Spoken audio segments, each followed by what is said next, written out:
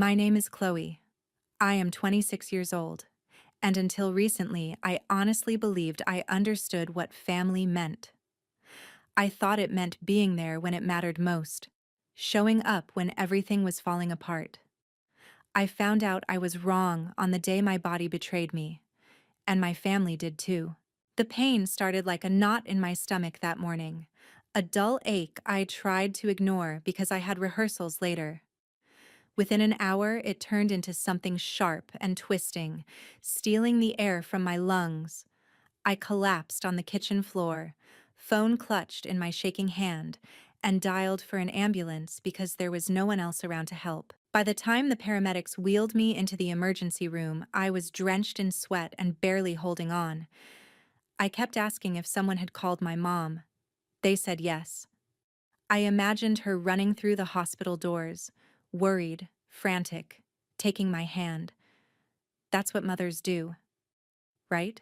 Instead, while I lay there on a gurney, trying not to pass out, I heard her voice just outside the curtain. Calm, casual, almost bored. She wasn't talking to me. She was talking to the rest of my family. Let's go back home. She'll be fine. We can't miss the party. They left. All of them.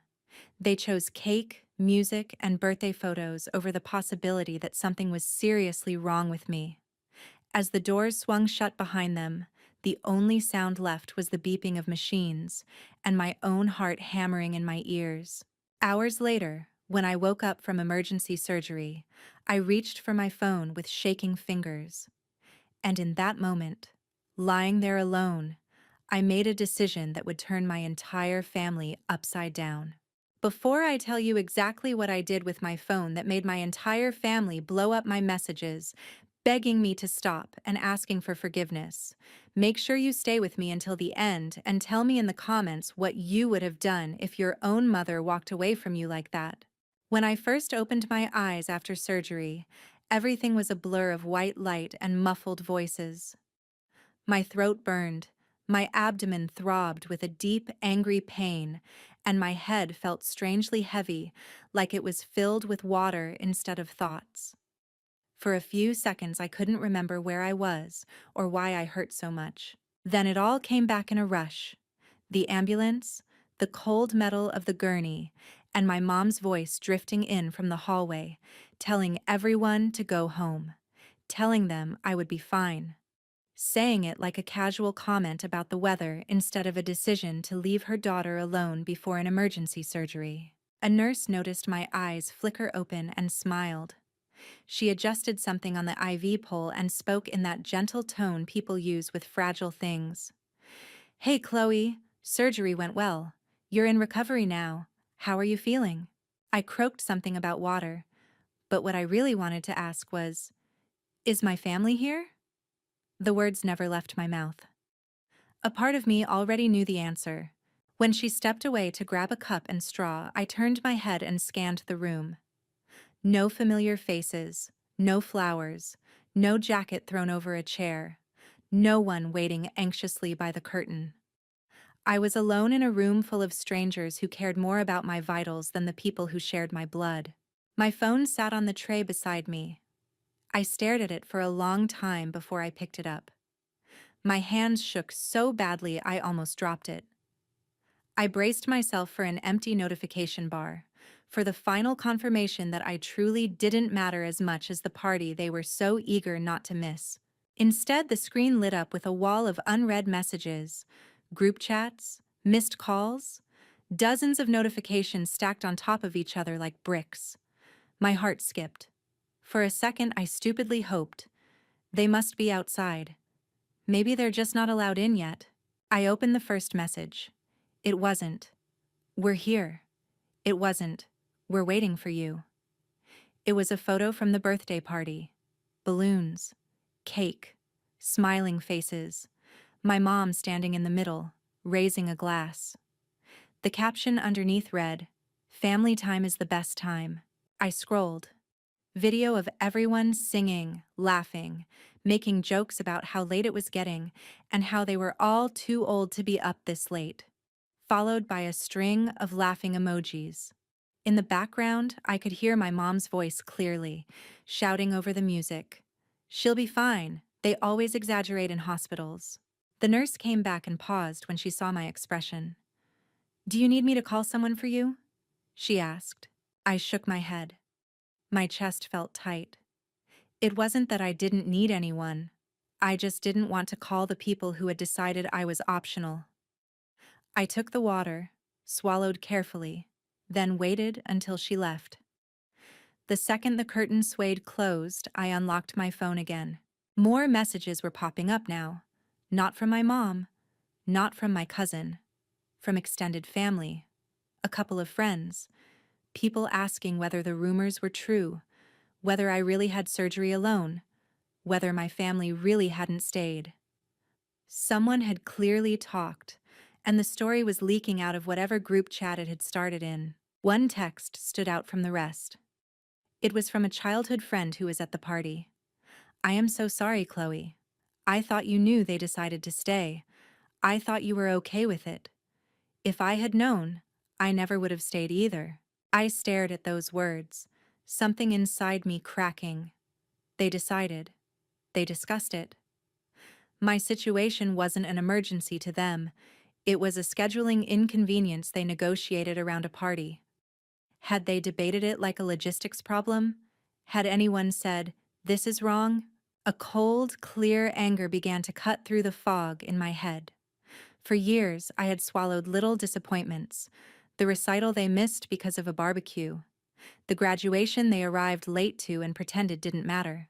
The times I was sick and heard them complain about traffic or parking instead of asking how I felt. I had always told myself they didn't mean it, that they loved me, just in a clumsy way, that I was strong, independent, fine on my own, that I didn't need them to show up. But lying there with stitches in my abdomen and dried tears on my cheeks, something shifted. Maybe the real question wasn't, how could they do this? But, how much longer am I going to let them? My thumb hovered over the social media app on my phone. I opened the camera instead and took a picture of myself. Pale, exhausted, hospital bracelet visible, IV line taped to the back of my hand. No filters, no angle to make it prettier, just reality. I stared at the picture for a long time. My finger trembled over the post button. Part of me was terrified. Another part felt more alive than it had in years. If they could leave me alone in surgery, maybe it was time the rest of the world saw what our family first really looked like behind the staged photos. I didn't post it. Not yet. Instead, I saved the photo and opened a blank note. I started typing, not about the surgery, but about every small betrayal that had led me to this bed alone. The truth poured out of me, raw and unedited. I didn't know it yet, but that note would become the weapon that made my family finally panic. And for once, it wouldn't be me scrambling to fix everything. It would be them. The next morning, the hospital felt colder. Not physically, the temperature was the same, but emotionally, everything felt sharper, more defined. The illusion I had held onto about my family had been cut cleanly in half, and now I was staring at the jagged edges. I woke up to the vibration of my phone rattling against the plastic tray. A flurry of notifications flooded the screen. Group chats, missed calls, voicemails, a few messages actually from my mom now, piling on top of everything else. "We're coming by later. How are you feeling? Please answer, I'm worried." I almost laughed. Worried now. That word should have come 12 hours earlier, when I was being wheeled into an operating room, staring at the lights overhead and wondering if anyone would be there when I woke up. For a moment, I considered just turning the phone off. That would have been easy, safe, quiet. But easy and safe were the two words that had allowed them to keep walking all over my feelings for years. They were easy for them. I made things safe by never making a scene. So instead, I opened the note I had written the night before. Reading it again made my chest ache. I had written about missing my graduation because they couldn't get off work. but somehow made it to every single event for my cousin. I had written about watching recordings of my own dance recitals alone because they always promised to come next time. I wrote about the way they called me strong as an excuse not to show up. As I read, a question echoed in my mind. At what point does being strong stop being a compliment and become a sentence? The nurse who had been with me the day before came in again and checked my chart. "You look more awake today," she said. "Any visitors yet?" "Not yet," I replied. My voice was calm, but my fingers clenched around the phone. It felt almost wicked to admit it, but a part of me didn't want them to come. Not until I decided what I was going to do. "You can always ask to limit who comes in, you know," she added gently, as if she could sense the turmoil. "You're allowed to set boundaries, especially now." Boundaries. Such a simple word for something I had never really had. I had routines, obligations, a script I followed to keep the peace. But boundaries? No. The conversation with her gave me more clarity than any late-night overthinking ever had. When she left, I opened my contacts and scrolled to the emergency contact settings. My mom's name glowed on the screen, the default I had never questioned. My finger hovered over Edit. I took a breath and changed it. I removed her number and added a different one. My best friend. The one person who had texted me before the surgery and after, who had actually asked if I was scared instead of asking if I had remembered to post a good luck selfie. The moment I hit save, a strange sense of relief flooded through me.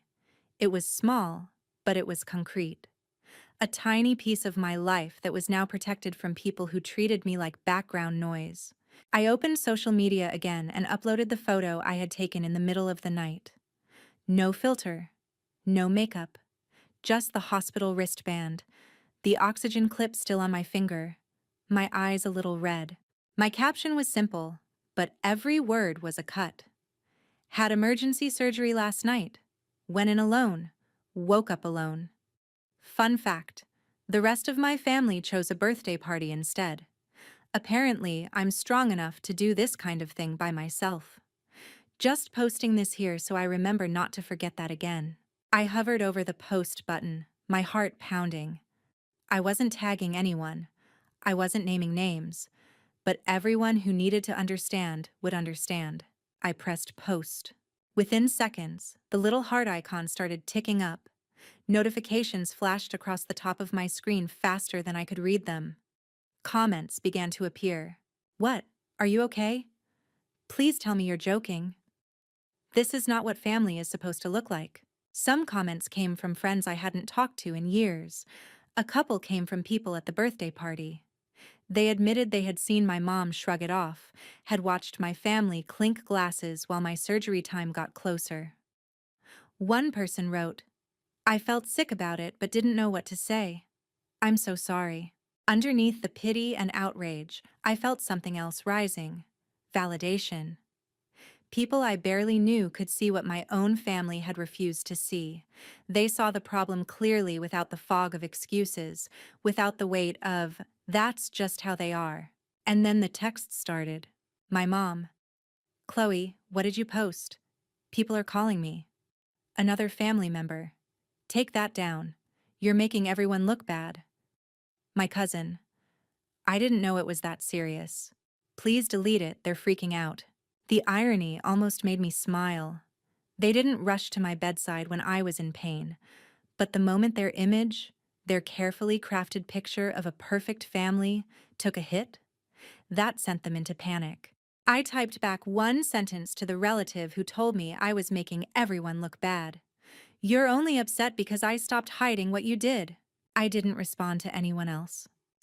Instead, I placed the phone face down, closed my eyes, and let the noise explode without me. For the first time, I wasn't trying to protect them from consequences. I wasn't smoothing things over. I wasn't rewriting what happened to make it more palatable. A thought crept in, quiet but persistent. If telling the truth makes them panic, what does that say about the kind of family I've been trying so hard to protect? By the afternoon, the damage was done. My post had traveled farther than I ever expected. People had shared it, commented on it, messaged me privately to tell me their own stories of being the strong one who didn't get support when they needed it most. It was strangely comforting and deeply sad at the same time. But for my family, it was something else entirely, a spotlight they couldn't escape. The nurse came in and told me my mom had arrived and was asking to come up. The word asking struck me. Usually, my family just assumed access to my life. Now they had to go through a gatekeeper. It was subtle, but it mattered. "Do you want to see her?" the nurse asked. I hesitated. Then I nodded. Yes, but not everyone at once. Just her and my cousin. And if I press the call button, I want you to come back in, okay? She nodded, understanding more than I said. A few minutes later, the curtain shifted and my mom stepped inside. She looked different. Not just tired, shaken. Her eyes were puffy, like she had been crying, and her mouth pressed into a thin line as she forced a smile that didn't reach her eyes. My cousin followed, hands stuffed into his pockets, avoiding my gaze. "Chloe?" My mom started, her voice too bright. "We saw your post. Sweetheart, it's not what it looks like." I let out a humorless laugh. "Really? Which part is not what it looks like? The surgery? The part where you left? Or the part where the whole family stayed at the party while I was in an operating room?" My cousin winced. My mom flinched.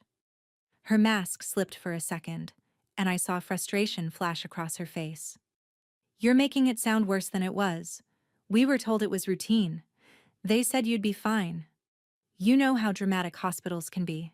My heart pounded. "So you heard the word surgery and decided a birthday party was more important?" She opened her mouth to argue, but I cut her off.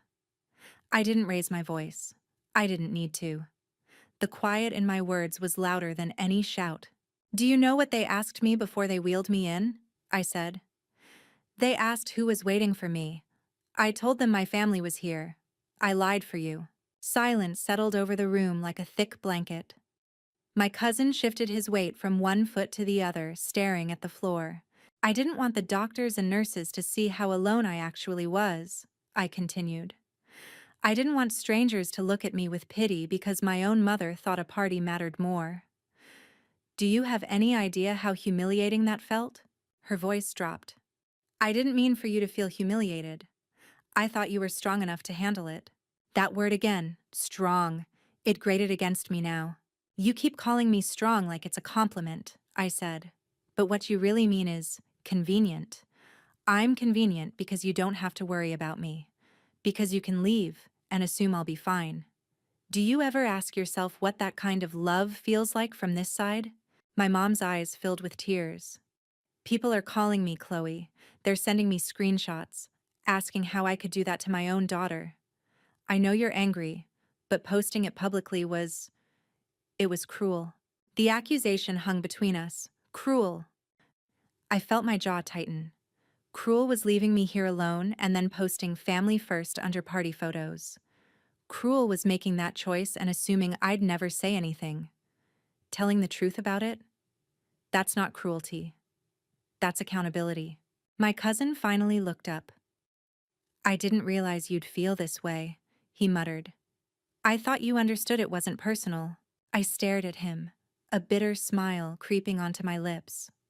"If your appendix had burst instead of mine, do you think they would have left you here to go to my birthday party?" He opened his mouth, then closed it. The answer was obvious, and we both knew it. My mom wiped her face angrily. "Of course we love you," she said. "You posting that makes it look like we don't care at all. People are judging us without knowing the full story." I tilted my head. "Okay, then, tell me the full story. Walk me through the exact moment you decided to leave the hospital. What did you say? What did you think?" Her lips parted, but no words came out. She glanced at my cousin as if looking for backup. He avoided her eyes. The truth was simple.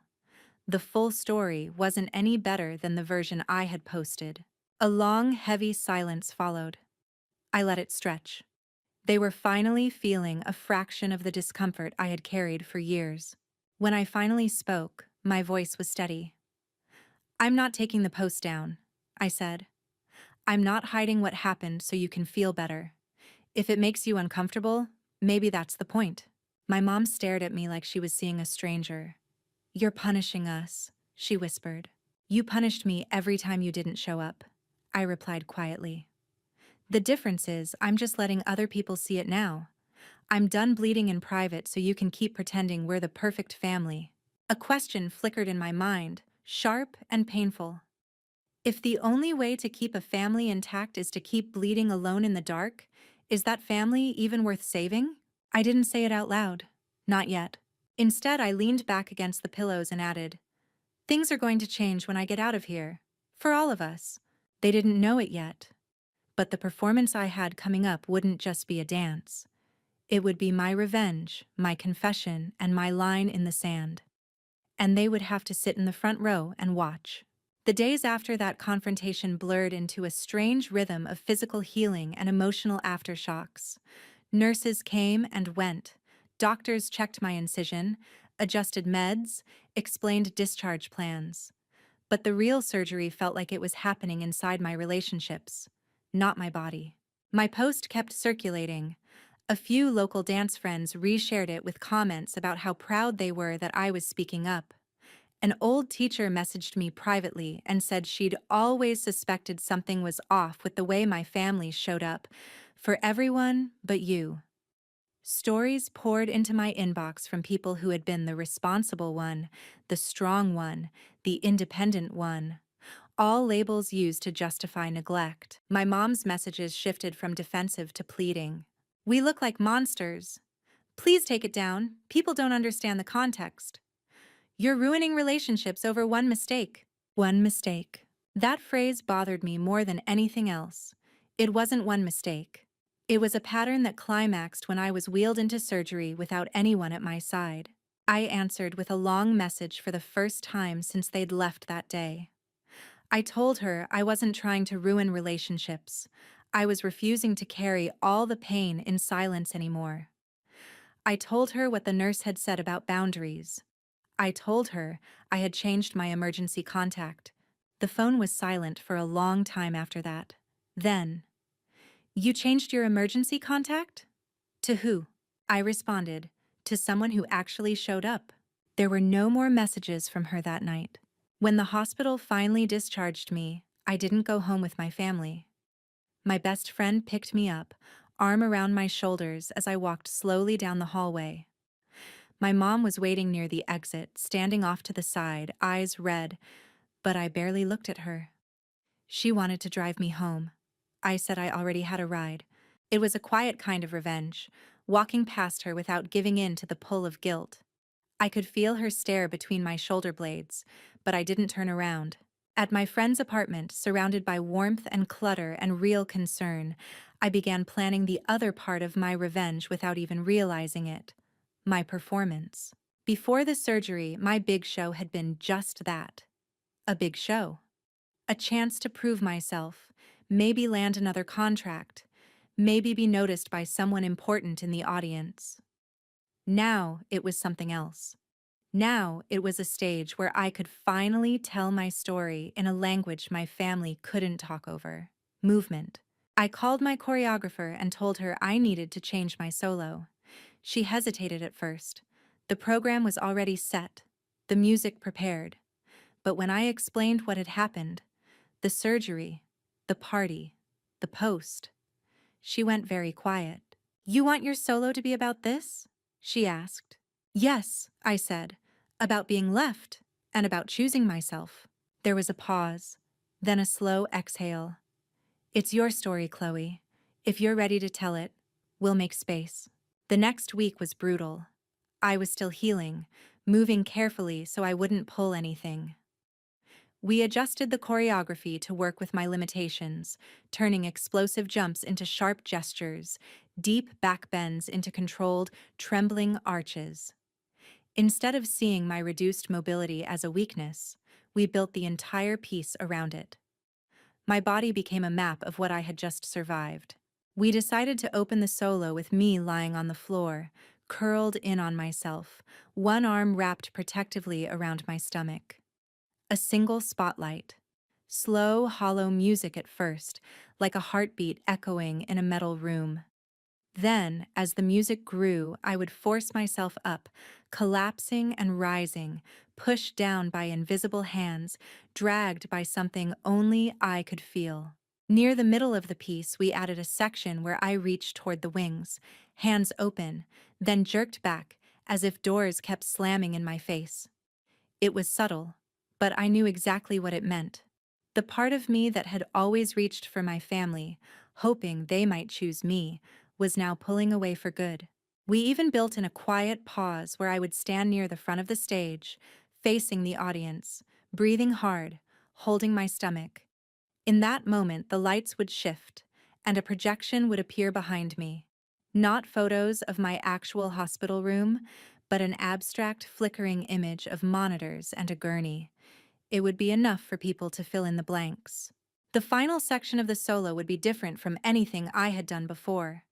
Instead of ending in a triumphant pose, arms raised high, we choreographed an ending where I walked slowly toward the back of the stage, away from the audience, away from the projected hospital imagery.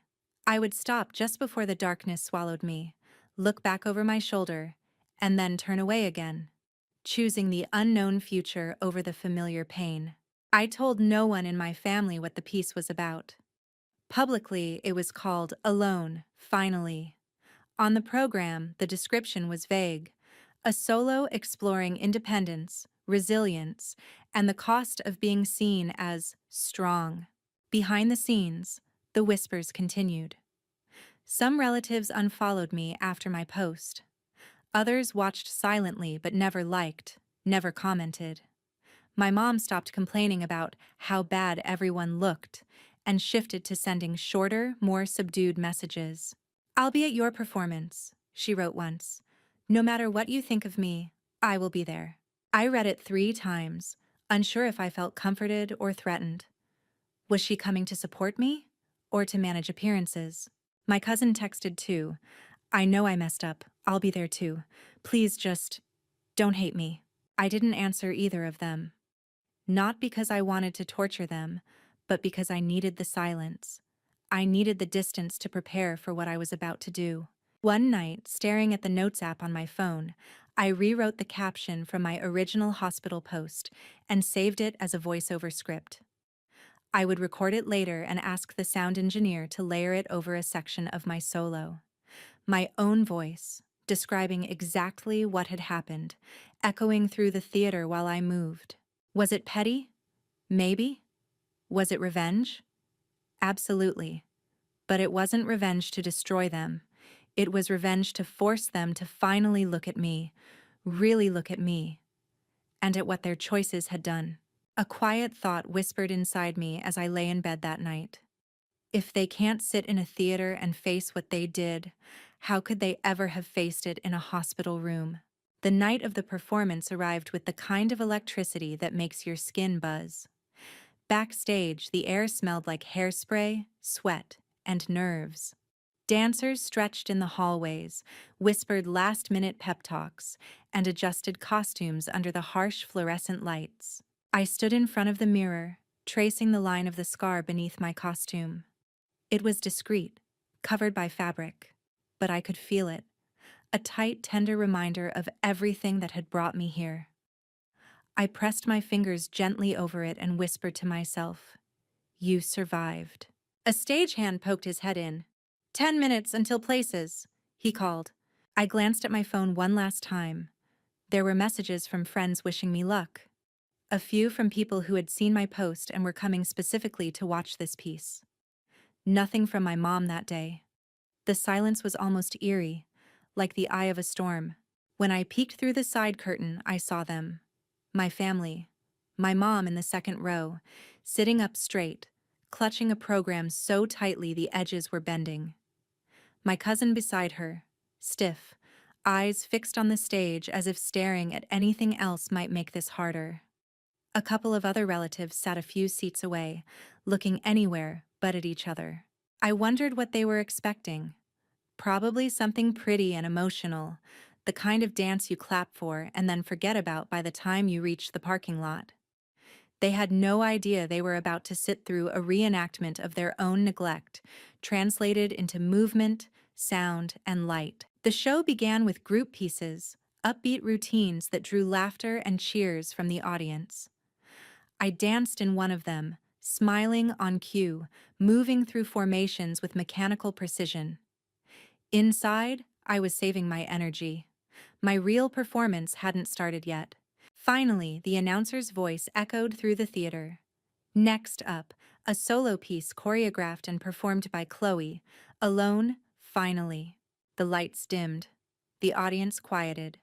A single spotlight bloomed in the center of the stage. I walked out slowly and lay down in the circle of light. One arm folded over my stomach, the other resting by my side. For a moment, I just breathed. In. Out. The theater was so silent I could hear someone shifting in their seat. Then the music started. It wasn't a song with lyrics, just a low, haunting composition built around a heartbeat rhythm. Mild at first, then slowly intensifying. I began to move, small tremors running through my body, like pain rippling out from my core. Every flinch, every curl of my fingers was deliberate. I wanted the audience to see struggle, not grace. As the piece progressed, the lighting shifted from white to a sickly bluish tone, mimicking hospital lights. The projection appeared behind me. Monitors, wires, a ghostly outline of a gurney. It wasn't literal, but it was enough. People in the audience would connect the dots, especially the ones who knew about my surgery. Midway through, as the music sank into a softer, thinner sound, another layer emerged. My voice. A recording of myself, speaking over the music. The words I had written in the hospital, spoken in a calm, steady tone. I had emergency surgery last week. I went in alone. I woke up alone. My family chose a birthday party over sitting in a hospital waiting room. They call me the strong one. What they really mean is, I am the one they can leave behind. I heard a murmur ripple through the audience. The rhythm of their breathing changed. Someone in the back gasped softly. On stage, I staggered to my feet, reaching toward the wings, fingertips straining as if reaching for someone who kept stepping just out of reach. Each time I reached, I let my body snap backward, collapsing to the floor. I made it messy. Not graceful, not elegant. It looked like falling. My recorded voice continued. People say blood is thicker than water. Maybe that's true. But what good is thick blood if it runs cold when you need it to warm you? In the second row, I saw movement. My mom's hand flew to her mouth. My cousin's eyes widened. Even from the stage, under the glare of the lights, I could feel their discomfort like heat. The dance built into a frenzied section, sharp movements, fists pounding against my chest, hands clawing at the air. It felt like an argument translated into motion, years of swallowed words finally spilling out. Then, as the music dropped almost to silence, the projection behind me shifted. The hospital imagery faded, replaced by a blurry still of a party. Balloons, a cake, smiling silhouettes. Not detailed enough to identify anyone, but symbolic enough that my mom undoubtedly recognized the scene. My voice returned, quieter now. I didn't post to punish anyone. I posted because I was tired of bleeding in private while my family posted family first under party photos. If the truth makes you uncomfortable, maybe the problem isn't the truth. The final section of the solo began. The music softened, transforming into something mournful but strangely hopeful. I stopped reaching toward the wings. Instead, I turned my back to the audience and walked slowly toward the rear of the stage, each step heavy, like walking through water. Just before I reached the darkness, I turned my head over my shoulder, looking out at the audience. I couldn't see individual faces, but I knew my family was there, frozen in their seats. My gaze lingered for a beat longer than the choreography strictly required. Then I turned away again and stepped into the shadows as the lights faded to black. For a heartbeat, there was nothing. No sound. No movement. Just darkness. And then the audience erupted. Applause crashed over the stage, loud and sustained. People whistled. Someone shouted my name.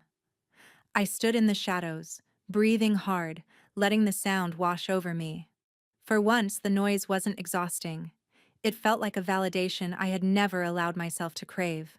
When the lights came back up for the curtain call, I stepped out with the rest of the cast. We took our bows in a line, hands clasped. When it was my turn to step forward, the applause swelled again. People were standing now. Not everyone, but enough.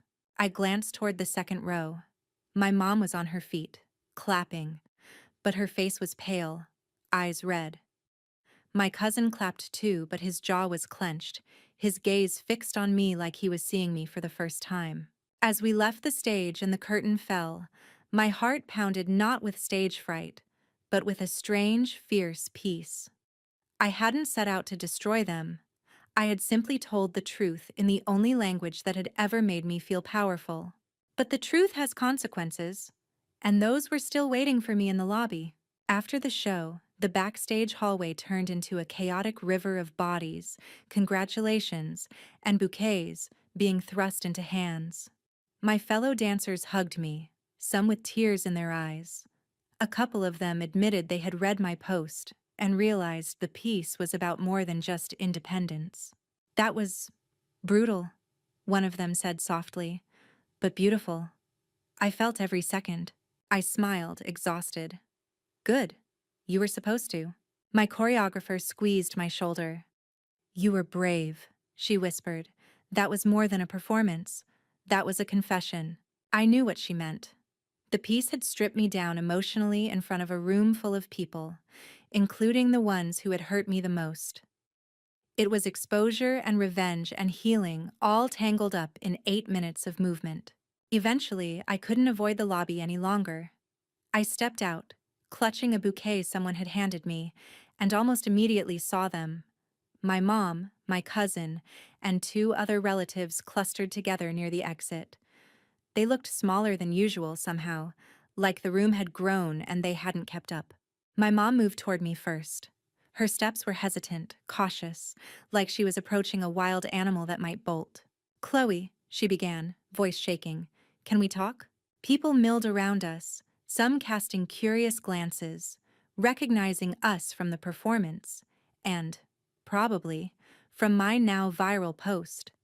This conversation was not going to be clean or private. For the first time in my life, I felt that worked in my favor. There would be no rewriting history later, no claiming it wasn't that bad or you misunderstood. We're talking, I said. She swallowed hard. I didn't realize. I mean, I knew you were upset, but that piece, your post, all of it, I didn't see how deep it went. I kept telling myself you were strong, that you didn't need us the same way. My voice stayed calm. You needed that idea more than I did. It made it easier to walk away. Tears spilled over onto her cheeks. I am so, so sorry, she whispered. Seeing you up there, hearing your voice say all those things, knowing everyone was listening. I have never felt so ashamed in my life. A part of me wanted to soften, to tell her it was okay, that I understood, that we all make mistakes. That's what I had always done. Patch up the damage so no one had to sit in discomfort too long. But another part of me remembered the cold hospital room, the empty chair, the way she had said, "She'll be fine," like I was a chore she couldn't be bothered to complete. Shame is the beginning, I said quietly, not the end. She blinked. What do you mean? You feel guilty right now because people saw what you did, I said. Because you were embarrassed in public. That's not the same as actually changing. Tomorrow, when the embarrassment starts to fade, what happens then? Do you go back to normal? Back to pretending it was just one bad night? She shook her head quickly. No, I don't want to go back to normal. Normal was wrong. I see that now. I prioritized the wrong things. I prioritized convenience and appearances, and her voice broke. I prioritized him. My cousin stiffened beside her, but he didn't argue. I turned to look at him. Do you understand why that hurt me? I asked. He nodded slowly. Yeah, he said. I do now. Not just because of the surgery, because of everything before that. I always assumed you were fine, that you didn't mind when they missed things. I thought you liked being on your own. I didn't like it, I said. I adapted to it. There's a difference. For a moment, none of us spoke. The noise of the lobby swelled around us. People laughing, planning late dinners, dissecting the show. It was surreal to stand in the middle of all that normal life and have my entire family dynamic unravel at my feet. My mom took a shaky breath. Tell me what you need, she said. Not what you think I want to hear. Not what makes it easier for me. What do you really need from us? The question hit me harder than any apology. Maybe because no one in my family had ever asked me that before. Not seriously. I thought about giving an easy answer. I need you to show up. I need you to listen. I need you to love me. All true, but too vague. Too easy to twist later. So I went deeper. I need space, I said first. Real space. Not silent treatment that we pretend is fine. I need time away from you to figure out who I am when I'm not busy trying to prove I deserve to be chosen. My mom's face crumpled, but she nodded. I need you to stop calling me strong every time you want to excuse yourself from showing up, I continued. If you're tired or scared or just don't want to be somewhere, say that. Own it. Don't hide behind my supposed resilience. She nodded again, tears streaming freely now. I need you to go to therapy, I added, the word surprising even me. Not just you. All of you. You need someone neutral to tell you it's not normal to leave your child alone in surgery because of a party. You need someone who isn't me. My cousin swallowed. Okay, he said quietly. If that's what it takes, I'll go. I'll sit there and listen. I owe you that much. My mom hesitated, then nodded. If that's what you need, I'll do it, she said.